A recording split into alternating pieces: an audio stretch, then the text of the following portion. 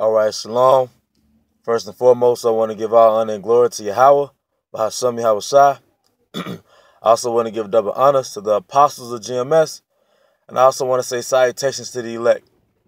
Today I'm going to go into a topic entitled temperance, all right? Because one trait of a man of Yahweh Bahasham Yahweh Shai, which in essence truly makes you a man in the sense, is temperance, man. It's actually a masculine trait. Because with temperance comes self-control. But there's an outcome to having a virtue temperance, all right? But with that, I'm going to just go to the scriptures. This is 1 Corinthians chapter 9, verse 27.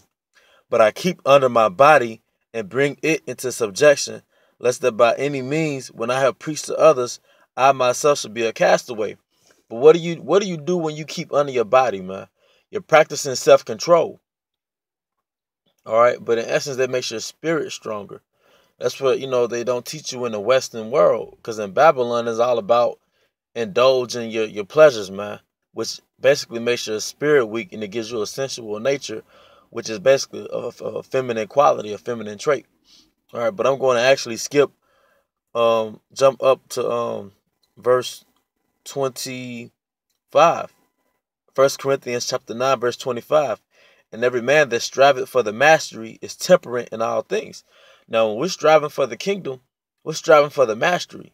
All right, and we're not trying to barely get in the kingdom, man. We're trying to go hard for Yahweh Bashem Yahweh Shai, man. So we could literally say at the end of our fight, I have fought the good fight. All right, 1 Corinthians 9:25 again. And every man that striveth for the mastery is temperate in all things. Now they do it to obtain a corruptible crown, but we an incorruptible. Now, if you watch movies on martial arts and all those, different styles of fighting, the foundation of their fighting is the spiritual side to it. That's what is not projected in Babylon. The best fighters are spiritually oriented, man. And the way to be spiritually oriented is to basically crucify your flesh, man. All right. And in certain aspects, be temperate or moderate, man. And it takes power to be moderate, man, because your flesh, well, according to the scriptures, it says the eye is not satisfied with seeing. So one trait that basically gives you a strong spirit is temperance, man. Self-restraint, self-control, having the power to say, nah, I'm good or no. All right, because intemperance will basically make your spirit weak, man. And if your spirit weak, you're going to fall into other diverse temptations, man. All right.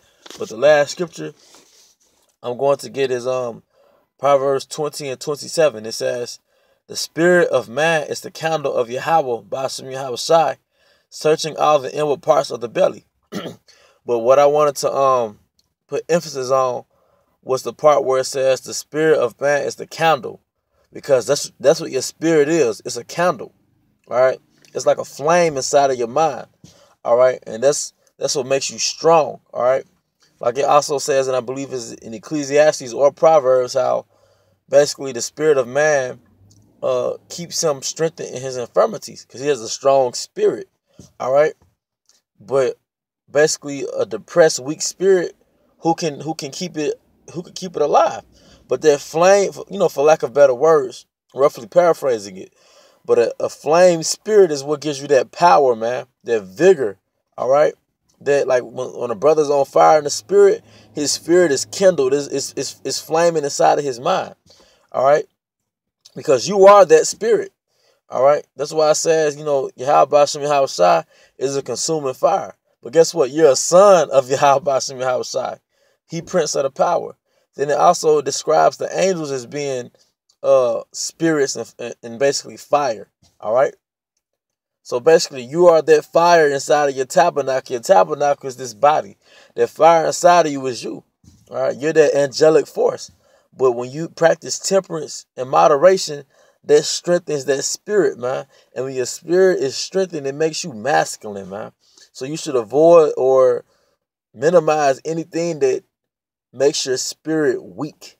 All right, even being around your woman all day, every day, it saps you of that energy, and that energy is your spirit. All right.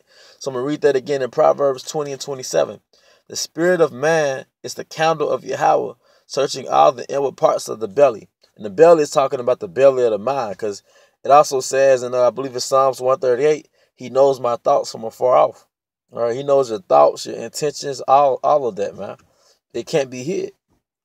But back to the point, yes, when you practice temperance, when you practice putting your body under subjection, because we practice this art over there in the Middle East. But now in the Western Hemisphere, we have to learn these principles of manhood and righteousness all over again, because we're becoming new creatures. All right? Well, we've become new creatures. So one of the principles of Yahweh Shai and being a man of the Most High and really being a true man is practicing self-control. If you look at the yin and the yang, where it talks about the masculine traits and the feminine traits, a masculine trait is basically temperance, self-control, somebody that's ruled by principles, somebody that's ruled by morals. That's actually a masculine trait. Where a woman, she's sensual, man. She does things that appeals to her senses. All right, and that's the common spirit of Babylon. Obey your pleasures, man. All right. But, I'm going to draw this lesson to a closing. I hope you brothers was edified. And with that, I'm going to say death to America and shalom.